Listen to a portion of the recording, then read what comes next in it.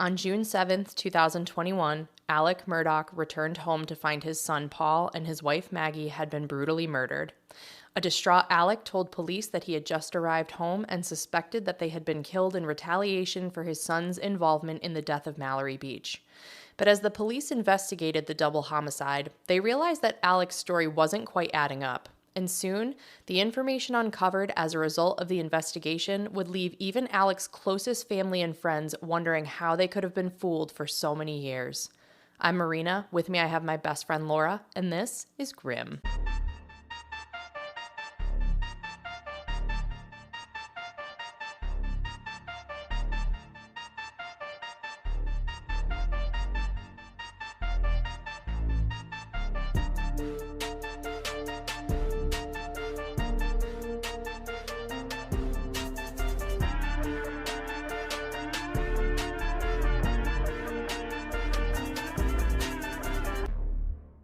We were talking for so long prior to starting recording that I was just going to take a sip of my drink and just hang. I forgot we were recording. We're so casual now. Yeah. We're just so loosey-goosey, which means this one will be off the rails. I can already tell. Yeah, yep. Because we're really loosened up and ready to go. Mm-hmm. I am really excited because because we were having such a long conversation prior to this, unrelated, believe it or not, to true crime, I forgot completely where you left us at the end of part 1. So yes. I'm very, very excited. So this is part 2 of 3. Dun, dun, dun.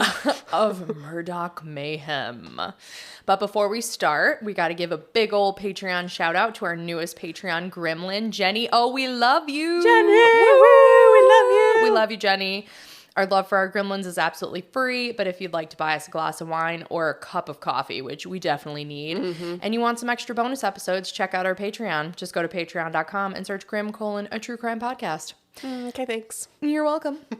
So for this case, I mentioned in the first episode, I watched The Murdaugh Murders, A Southern Scandal on Netflix. Very well done. It keeps suggesting it to me on Netflix. I'm like, no, not yet. I can't. Not yet.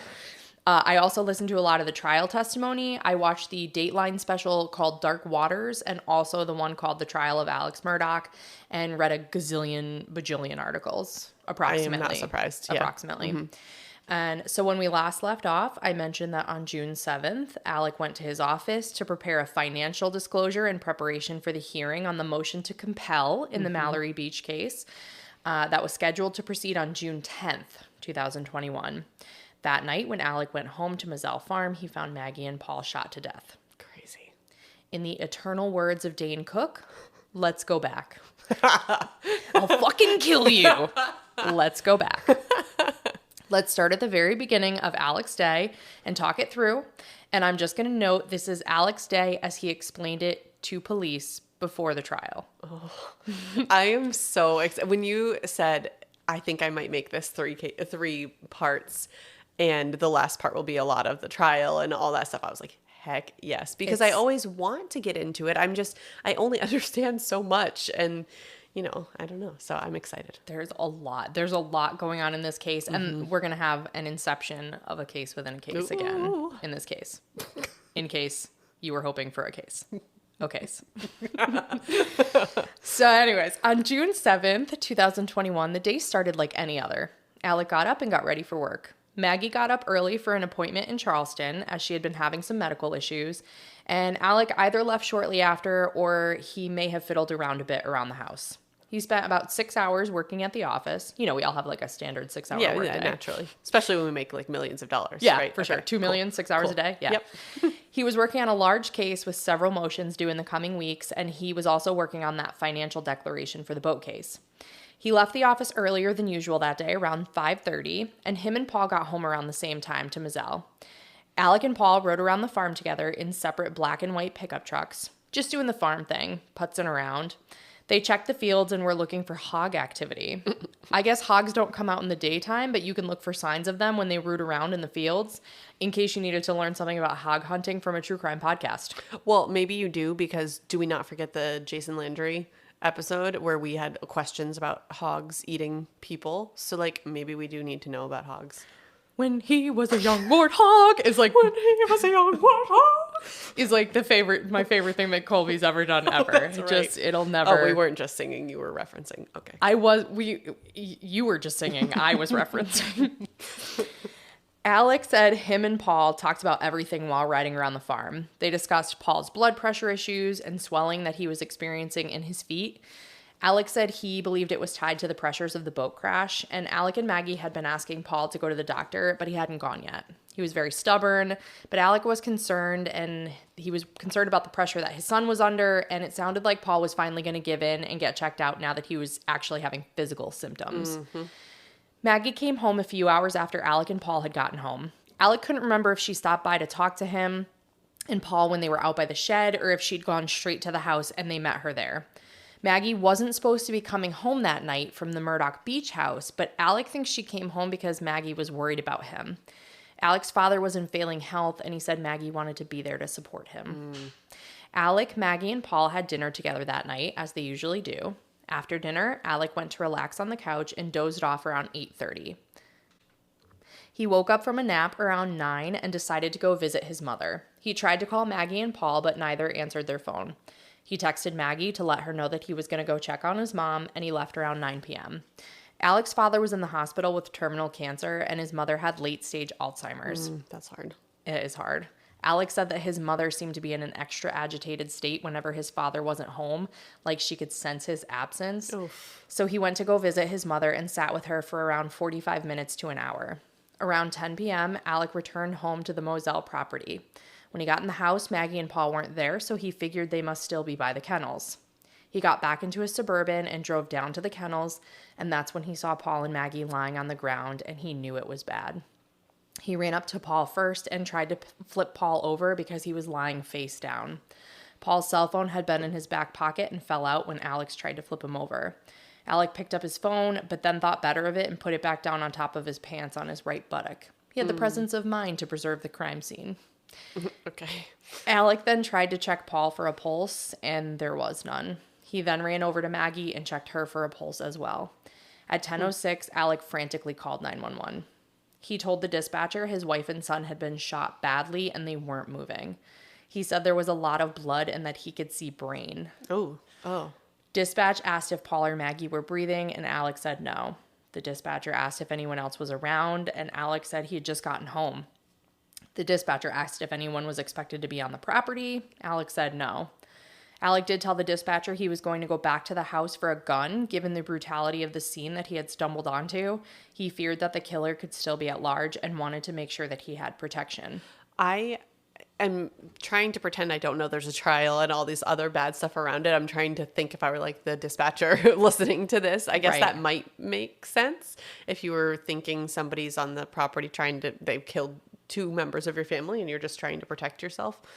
I guess that makes sense. Well, yeah, if I came upon it, so first of all, they had a lot of guns and they were hunters and there's guns everywhere. Yeah. If I came upon someone with a gunshot wound, I would go get a gun. Okay, that's because fair. Someone's near you with a gun in the general vicinity, right? That's very true. It does make sense. Yep. And the dispatcher was like, that's fine. Can you just like not be holding it when the officers get there? That would be really great. And he's like, I got you. Yeah. The dispatcher told Alec not to touch Maggie or Paul in case there was evidence on the bodies that the officers could collect. Alec told her that he had already touched them, but just to see if they were breathing. Alec then told the dispatcher that he was going to hang up so that he could call his family. When police and EMTs arrived, it was clear that Paul and Maggie had injuries incompatible with life. Paul had been... That is a rough way to put that.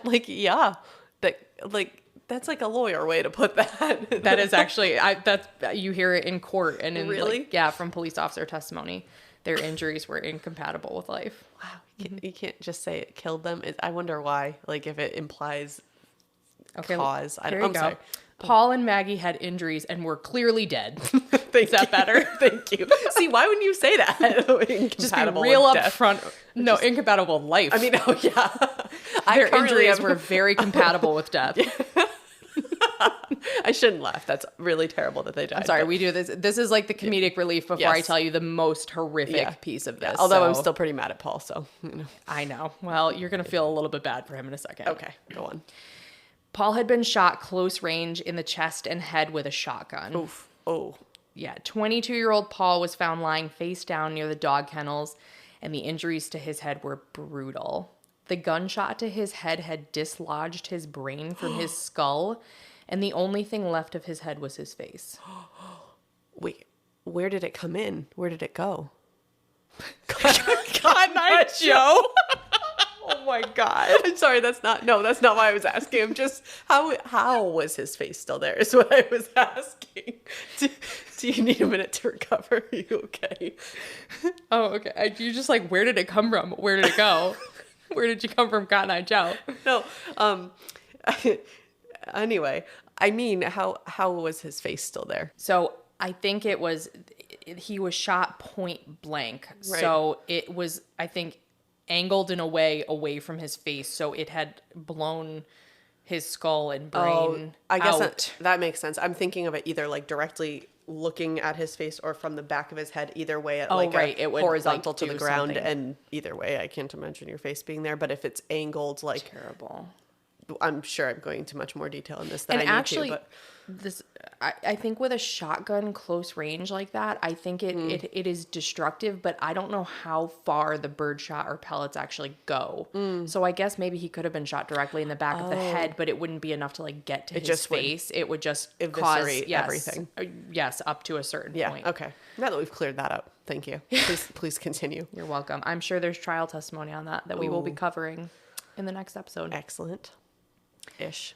Maggie was found further away from the dog kennels, facing away from Paul as if she had been running away. Oh. She'd been shot 5 times in the chest and back with an AR-15 rifle. Whoa. Okay. Some of the bullets striking her after she had already fallen to the ground. Oof. That's aggressive. She was only 52 years old. The Carleton County Sheriff's Office arrived first and secured the scene. Sergeant Daniel Green was wearing a body camera and captured those initial moments in speaking with Alec. Alec appeared distressed, and he did let Sergeant Green know that he had a shotgun leaning on his truck. The sergeant walked over and said, "This is the gun," and Alec said, "Yes, sir," then volunteered. This is a long story. My son was in a boat crash. He explained that Paul had been receiving threats from strangers, but he never thought they were credible. He said, "I know that's what this is." I know we say all the time that we never know how we would react in this type of situation, but this part is just incredibly bizarre and like actually cracks me up because me and my friend always say that when someone's about to lie or they're about to like exaggerate a situation or justify, they'll be like, okay, what had happened was, you're like, let's go back. What had happened was 5 years ago, I bought this thing. So for him to be like, my wife and my son, what had happened was there was a boat accident 2 years ago. Like, it's so... Okay, except that I feel like that's exactly what I would do because all of that would be going through my head of like, this is all relevant information. I'd be like, they must know everything that all this, and I would just word vomit all of it. So I think that I would actually do that even if completely innocent. Okay. Well, that's fair. I appreciate that take on it. And I do say, like, you never know how someone's going to react, but I just thought, like, he's like, "Yes, sir, that's my gun. What happened was there was a boat accident 2 years ago." And you're like, okay, what? It's hysterical. I know I would word vomit. I don't think that's the situation here. I think it's more in your experience side of things. But that's what I would do. And now you're going to laugh every time someone goes to tell a story and they're going to be like, okay, so what had happened was, and you're going to be like, That maybe is how you should start your next case.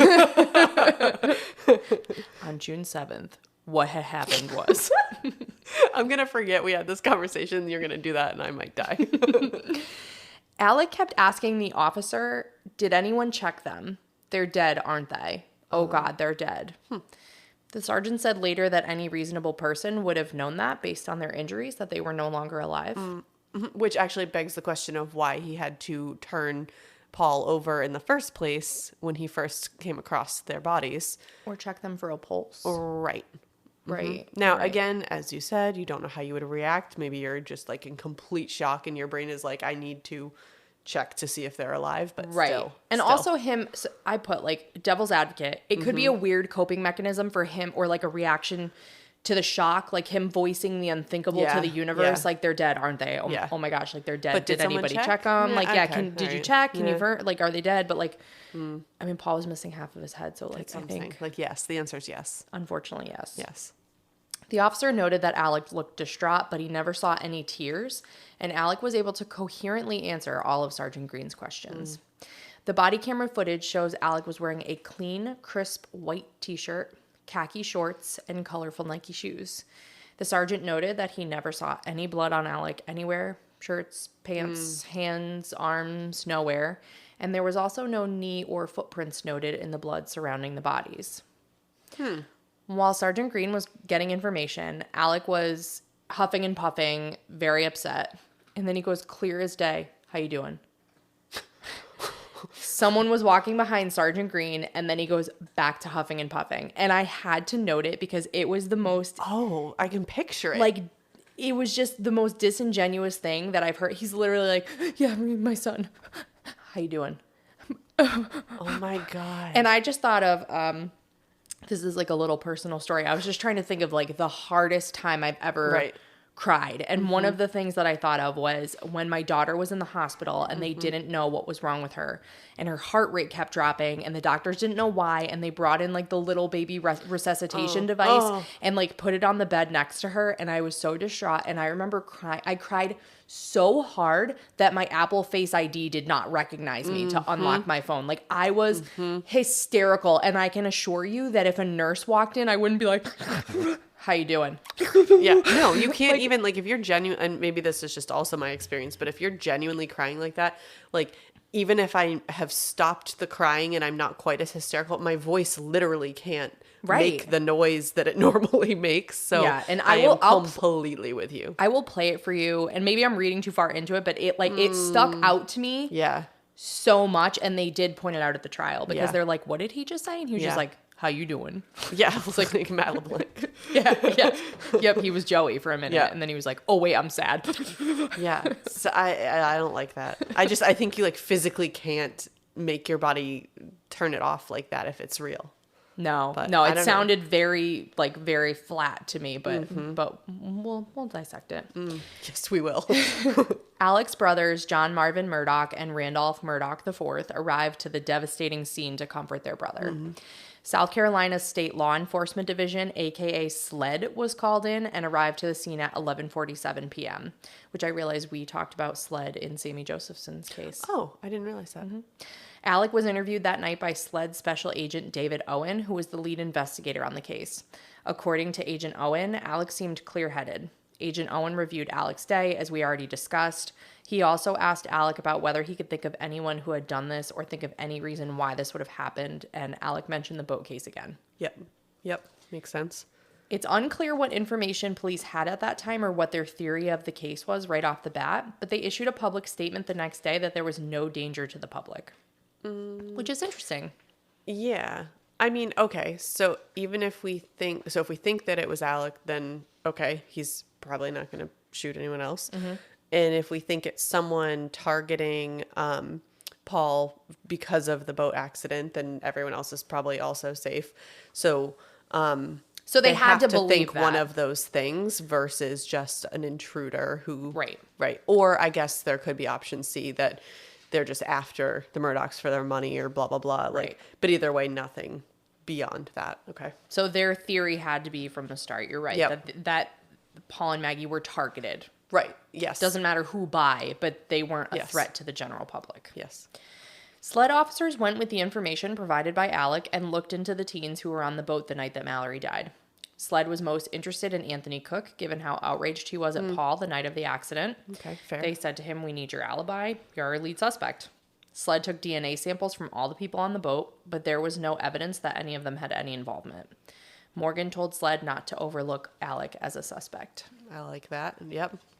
Alec was interviewed again by SLED on June 10th, 2021. Alec answered all of their questions and tried to remember as many specifics as he could. Alec's father had been present to support him at that interview, but he died just a few hours later. That's sad.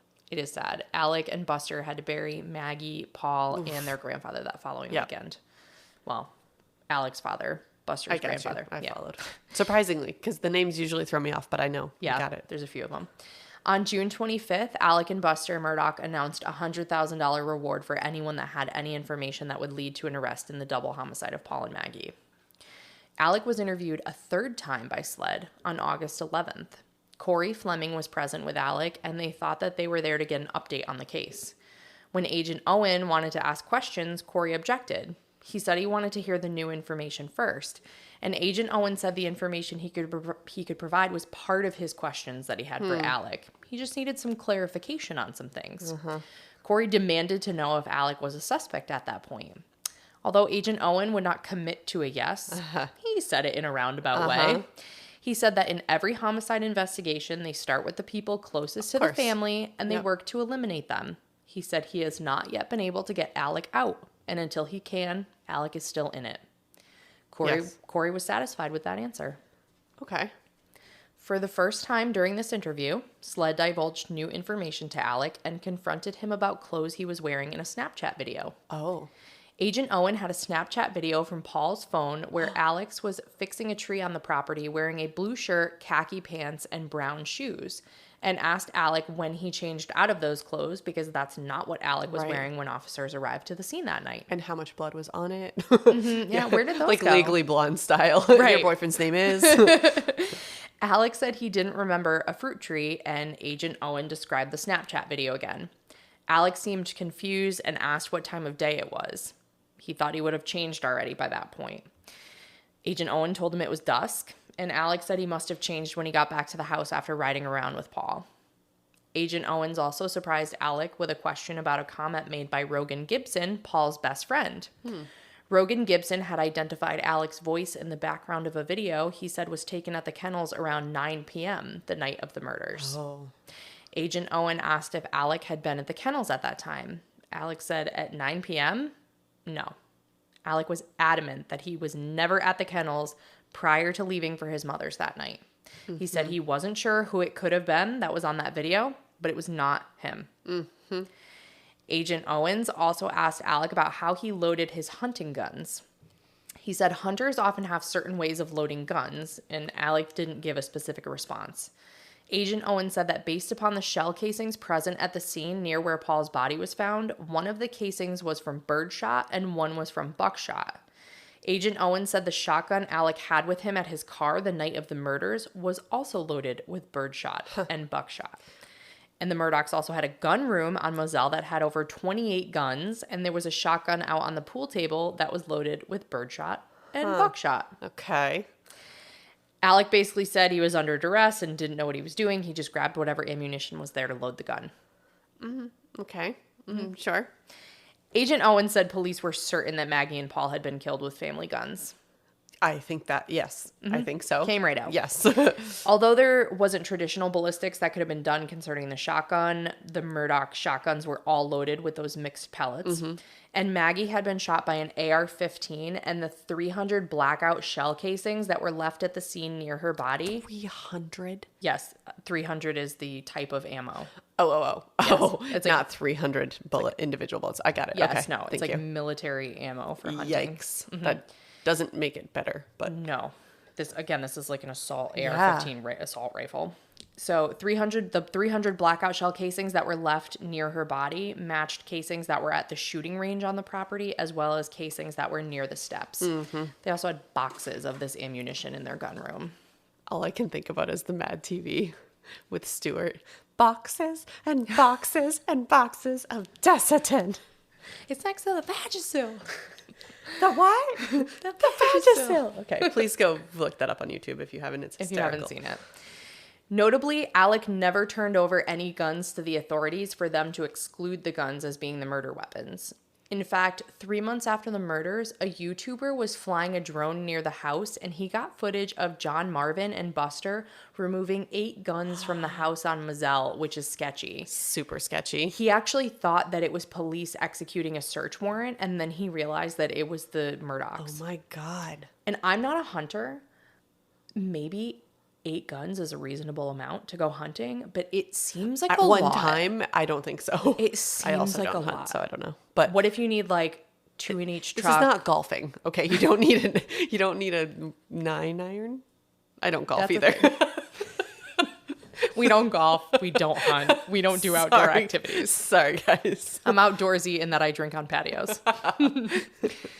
So, based upon the August 11th interview, Alec must have been starting to feel the pressure. SLED could not eliminate Alec as a suspect. Things would only get worse for Alec from here. On September 2nd, the pimped law firm, his law firm, PMPED, but it looks like pimped on my paper, began an investigation into Alec after finding a suspicious check on his desk. Their investigation revealed that he had been taking money from the firm and clients for years. I would say that shocks me, but it doesn't. It doesn't shock you. No. The following day, September 3rd, Alec was confronted about his theft and was asked to resign, and did so that afternoon from his family's firm. Like, way to leave the legacy. Like, weren't you going to get all that money already? I'm pretty sure he was already getting all the money. Yeah, like, what do you need? Yeah, all right, well. Although Alec's indiscretions hadn't yet been publicly announced at that point, Chris Wilson, Alec's longtime friend and fellow attorney, found out about the firm's allegations on September 3rd, and Chris was absolutely devastated. On the morning of September 4th, Chris confronted Alec about the allegations that he'd been stealing money from clients. Alec broke down and confessed to Chris that he had been stealing money in order to fund his decades-long opioid addiction. What? This was news. Not the direction I thought you were going to go. Chris was so hurt because Alec had stolen $192,000 from him. Oof. In January 2021, Chris and Alec worked on a personal injury case together, winning $5.5 million. The cut for the firm was $792,000. Alec asked Chris to have the check be made out to him directly rather than his law firm so that he could structure it through an annuity. He said the law firm had already agreed to this, and Chris didn't question him because he trusted his friend. Yeah. In July 2021, Alec said that he hadn't been able to structure the funds like he thought he could, so he needed to pay it back and have it paid directly to his law firm. Probably because his law firm had asked him about the missing fees. You think? Yeah. But Alec could only pay back $600,000 at that time, so Chris floated the rest of it on the promise that Alec would pay him back. Wouldn't that... I mean, I guess if you're just not even thinking about you have a lot of money, like that's not a ton to think about. But wouldn't you be like, why can't you pay back 100 and whatever? Like 100. You have millions and millions and millions of dollars, and I'm still stuck on that 1,700-acre estate. Like you can't afford less than $200,000. Right? That should have probably raised the bells. But again, if you're not even thinking of it, and he's got reasons and whatever, but still. It's so hard to imagine numbers that big just sitting in your bank account. Yeah. I'm like, if you move the decimal place point, $20. Yeah, a couple. I've got $192. Exactly. I have that. But in all seriousness, like if you said to me, yeah, I got to pay all this back, but like I can't make the last $20, I'd be like, but you can afford $20. Like, yeah, of course I'll float you for that, but like, why can't you afford the $20? Exactly. And maybe honestly, I think it's like that. So.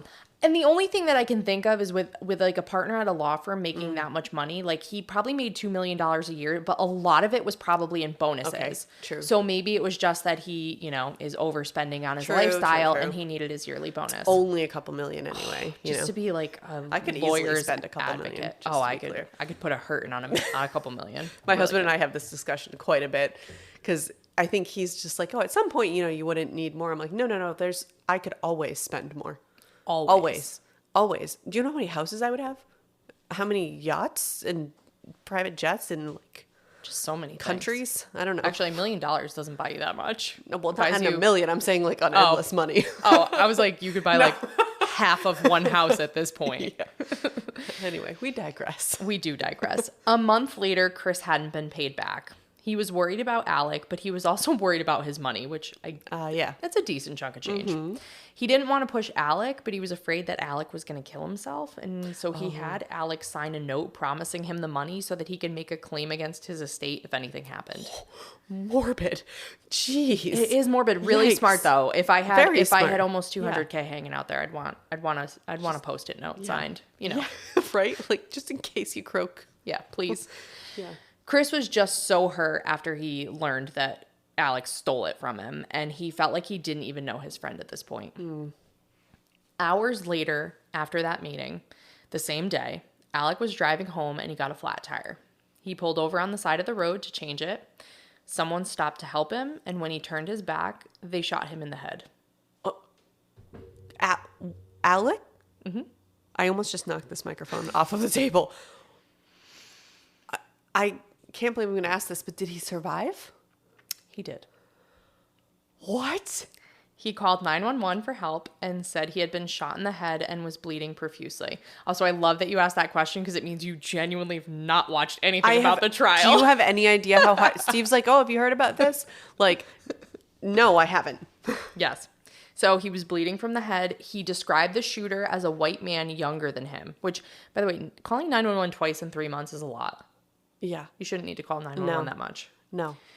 Help arrived, and Alec was airlifted to a hospital in Savannah and was treated for a laceration to the scalp, a small subdural hemorrhage, and a skull fracture consistent with 2 superficial bullet wounds. Okay, so not quite as aggressive as I had originally. Not a shotgun to the back of the head type situation. No. Okay. No, he survived. I was like bracing myself on your furniture here. He survived. Okay. Over the next few days, Alec worked with SLED to investigate the attempt on his life. He gave SLED agents a partial description of the vehicle and the shooter. He met with a sketch artist to put together a composite of the man they were looking for. And based on the information they gathered, SLED got a search warrant for the home of Curtis Edward Smith. Oh. While this investigation was going on September 6th, Alec released a statement that said that he was resigning from the family law firm and was going to enter rehab for opioid addiction. The same day, the law firm issued a statement that Alec was stealing from them. They're like, I guess no, it would check out. Yes. Like that. Yes, that makes sense. Why? Yes. 2 days later, Alec's law license was suspended, effective immediately. This guy had a lot going on. Yeah, and I'm wondering how much you would need to pay a person to like superficially shoot you. Was it like maybe $192,000? Maybe. Yeah, just wondering. Just wondering.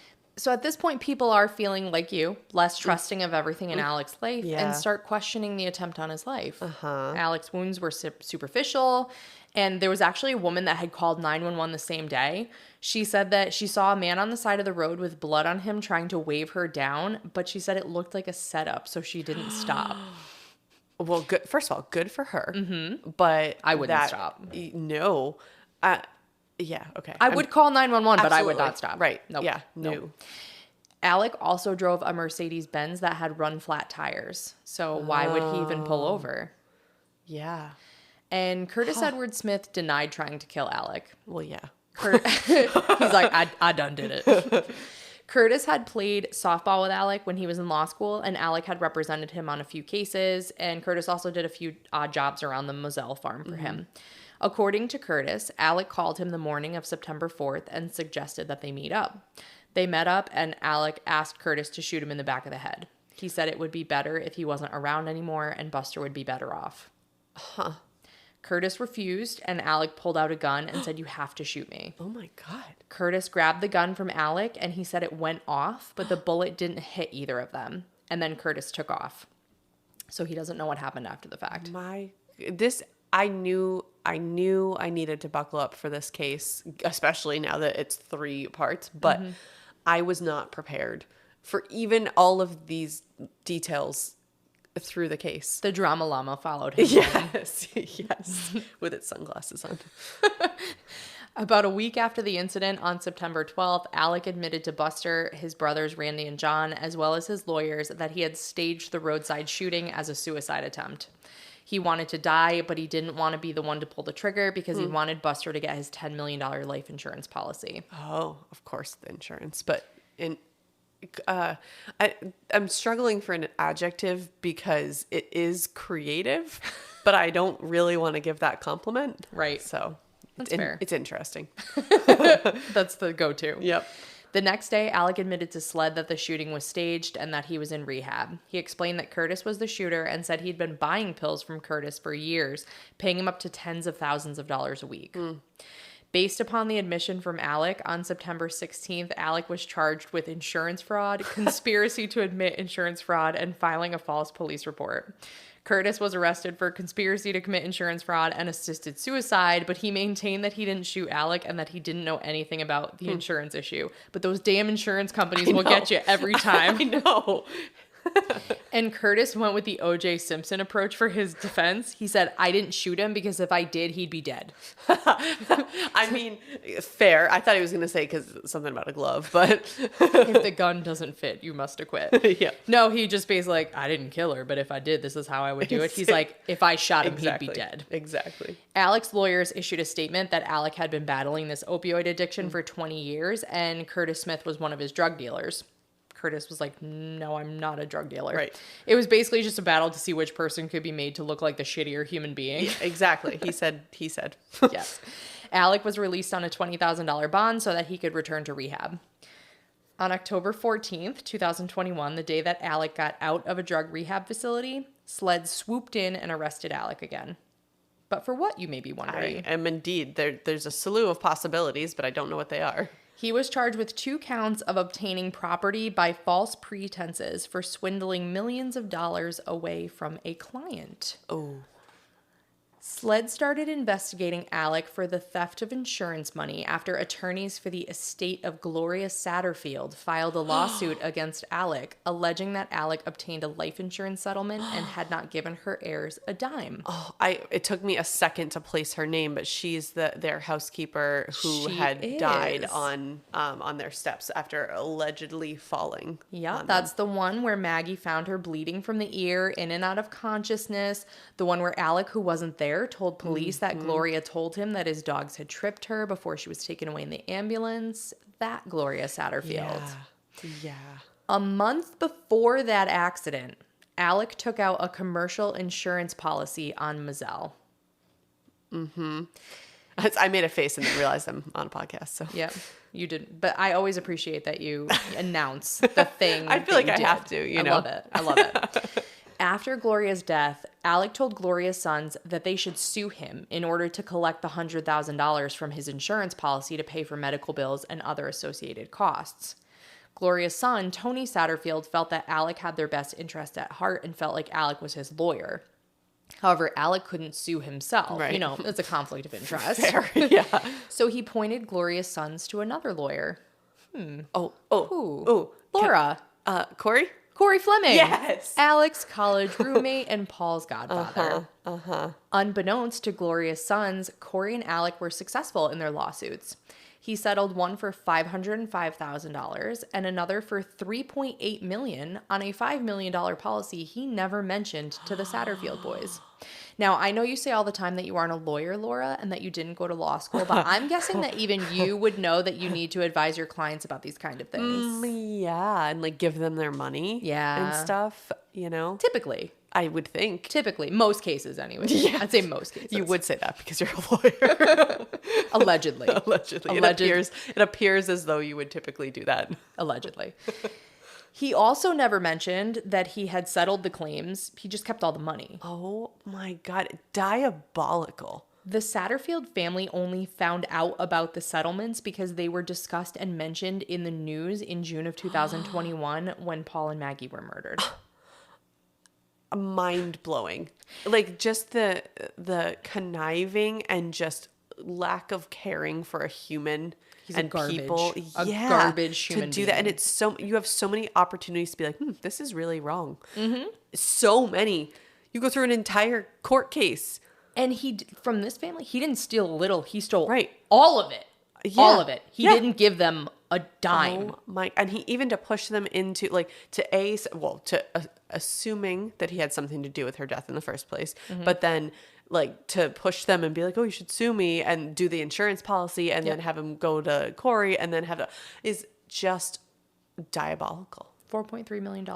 Wow. Mm-hmm. After taxes, like $20. Yeah. Okay. $20.75. So the Satterfields hired their own lawyers to find out the details of what went down. The sons had put their faith in Alec and Corey, who had to have lied to the court in order to get the settlement approved and to get the money dispersed without their clients knowing. Yeah. Which is a requirement in South Carolina. I'm going to guess like all states, but definitely South Carolina. Alec allegedly set up a fraudulent bank account to make it appear that the money would be sent to a structured settlement firm. He and those structured settlements and the annuities. You remember that commercial that was always It's my money and I want it now. And then they would be like, it was like, call JG Wentworth. Yeah. 877 cash now. Yeah. Yeah. Yes, I obviously do remember those commercials. You do not. I don't. So this is why I'm not very good at Jeopardy, because I'm like, oh, I know this. Yeah. And then I can't recall it. And then they say it. And I'm like, yes, that's correct. I got you. I got your back. So instead of sending it to this settlement firm, Corey just wrote Alec a check to the phony bank account. Wow. And Corey was later indicted for his role in the scheme as well. Wow. SLED opened a criminal investigation into Gloria's death at the request of the coroner, as well as based on information they learned during the investigations into the Murdaughs. The coroner's request noted that Gloria's death was not reported to the coroner and no autopsy was performed. I don't even know what the trial's going to be on in part 3. I literally don't even know I don't even know. The death certificate noted her death was from natural causes, which is inconsistent with injuries sustained in a trip and fall accident. Yeah, I would say that they were incompatible with life. They were. And very consistent with death. Yes, Yep. they were. In June 2022, SLED announced that they sought and received permission from Gloria's family to exhume her body. Oh.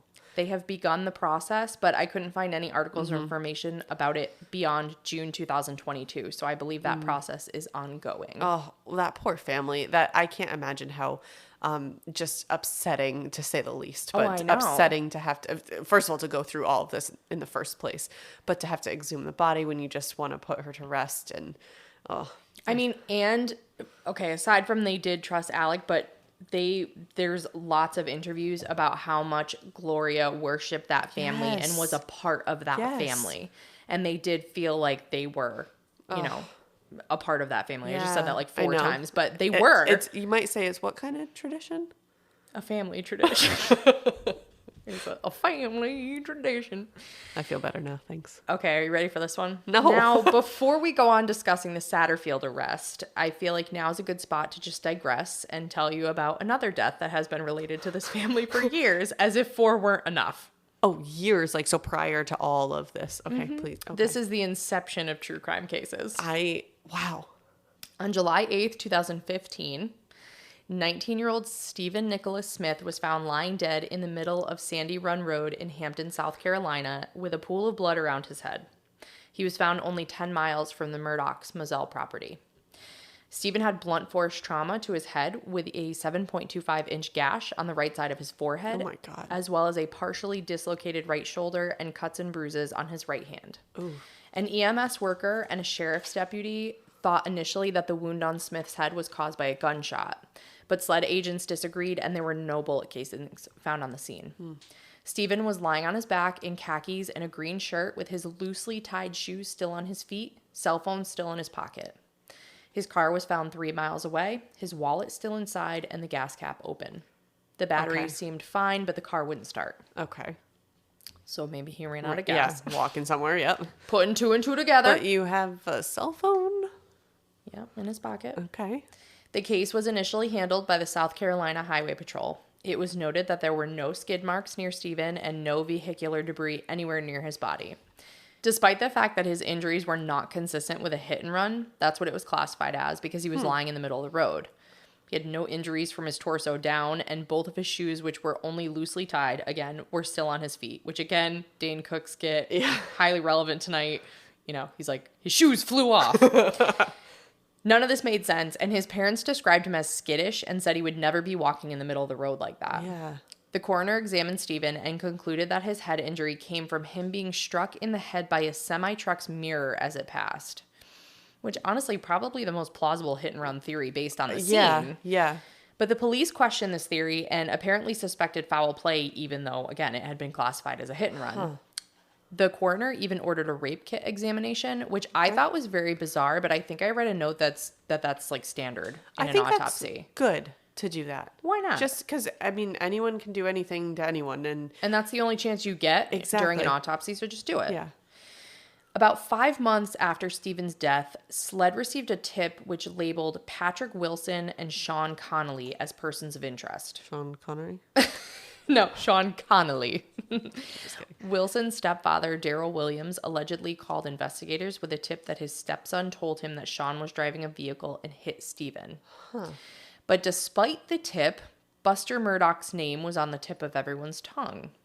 Stephen Smith was openly gay and went to the same high school as Buster Murdaugh. Around the time of his death, there were rumors and whispers that him and Buster were a couple, and everyone was saying that Buster was responsible for his death in order to silence him about their relationship. Oh, that's awful. Buster's name came up several times in the investigators' notes, and apparently investigators wanted to talk to Buster, but then nothing happened. The story just faded away, and neither Buster nor anyone in the Murdaugh family was interviewed, which is classic. Not surprising, exactly. Classic. The Smith family felt that the Murdaughs had to be involved. At one point, someone even approached Stephen Smith's older brother, Chris, and said he witnessed Stephen's murder. This anonymous person reported that Buster and his friends were out smashing mailboxes when they came upon Stephen, and Buster decided to take advantage of the situation. That sounds a lot more. I'm assuming they have a bat or something which they're hitting mailboxes with. Right. Yeah. He said Buster Murdaugh had beat Stephen to death with the baseball bat because he was gay. This must not have been credible enough, or the person recanted because Buster was never arrested. Morgan Dowdy heard that Paul or Buster may have killed Stephen too. She said they were all home in the kitchen and they had just finished eating. She asked Paul and Buster why people were saying that they were involved, and she said they both laughed it off and said that they wouldn't kill that faggot, which would fit with the homophobic motive. Demanding justice, Stephen's mom, Sandy, wrote a letter to the FBI. In it, she noted that the Murdaughs inserted themselves into the investigation very early on. The night of Stephen's death, she received a call from the authorities. The second call came from Randolph Murdaugh, who said he heard about the case and was interested in working pro bono as a liaison between the family and investigators. Sounds just like Alec inserting himself as a helpful attorney for all the teens in the boat crash. And walking around the hospital and telling them what to say. And yep. Sandy got an article published about Stephen's death, all but naming the Murdaugh family, begging anyone with information to come forward. But no one did. She spent years raising money to try to exhume Stephen's body, looking for more evidence that this was in fact a homicide. That poor woman. On March 21st, 2023, SLED officially ruled that Stephen's death was a homicide. Oh, that was like a few weeks ago. It was. Oh my God, a homicide. Oh my God, so they're going to investigate more? So this case was reopened on June 23rd, 2021, based on information gathered in the Murdaugh investigation. It's processing because we're on the 15th case of this case. Yes. Oh my God. SLED began looking into Stephen Smith's death in Hampton County. The case had been reopened, and SLED said that progress has been made in the investigation. Stephen Smith's body was exhumed over the April 2nd, 2023 weekend. That was last weekend. Yep, for an independent autopsy. Oh my God. His body was exhumed, transported for a second autopsy, and then brought back to his final resting place. The private examiner indicated that the exhumation was a success and that the pathologists were able to collect evidence, which the examiner said is not always the case when the body has been buried for so long. I'm so glad. Stephen's mother has offered up a $35,000 reward for anyone who provides information leading to the arrest of a responsible party for Stephen, money that she received through a GoFundMe. And that GoFundMe raised over $100,000 for the exhumation and private autopsy. Good. Now, I do feel a little bit bad for Buster because a lawyer representing Sandy Smith released a statement that there was no evidence that the Murdaughs were connected and this had the markings of a hate crime.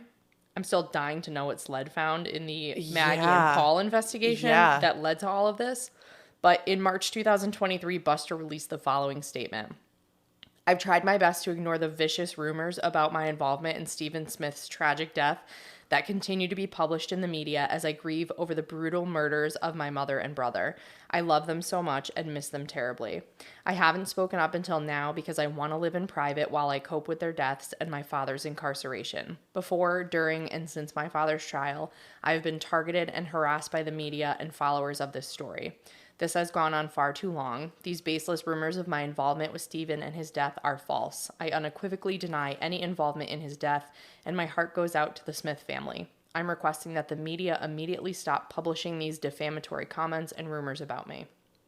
I feel bad for him because they changed their tune later on. I'm just really surprised that they were so focused. Like when you go back and you Google articles, like everybody links it to Buster. And it wasn't until SLED recently released the highway patrol information that people even pulled out the information about this hit and run with the tip about the drunk driver. So the thing that kills me is yesterday there was an article.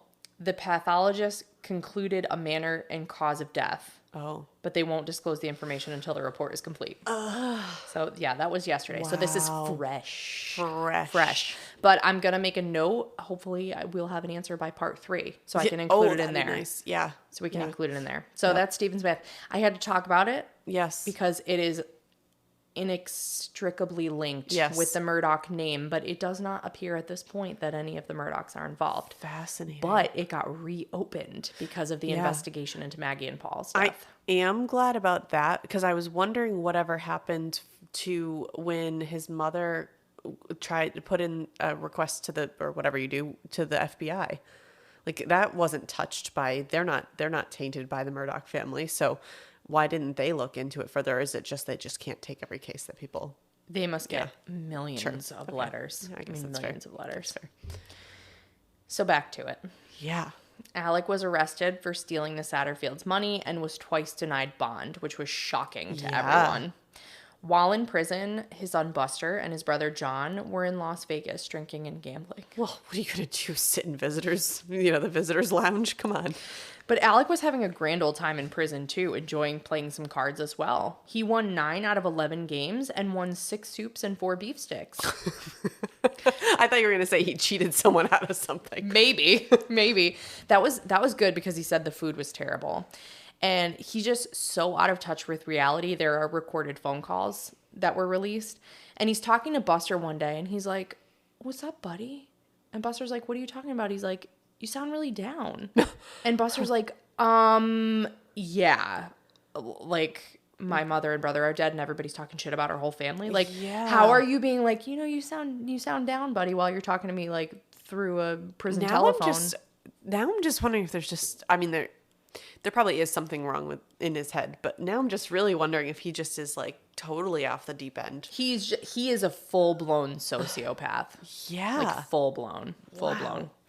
In December 2021, Alec was charged with more financial crimes. Oh my goodness. I cannot keep straight, honestly, which charges were for which indiscretions at which time. He has a lot of criminal charges, and to put it mildly, he stole so much money. Oh boy.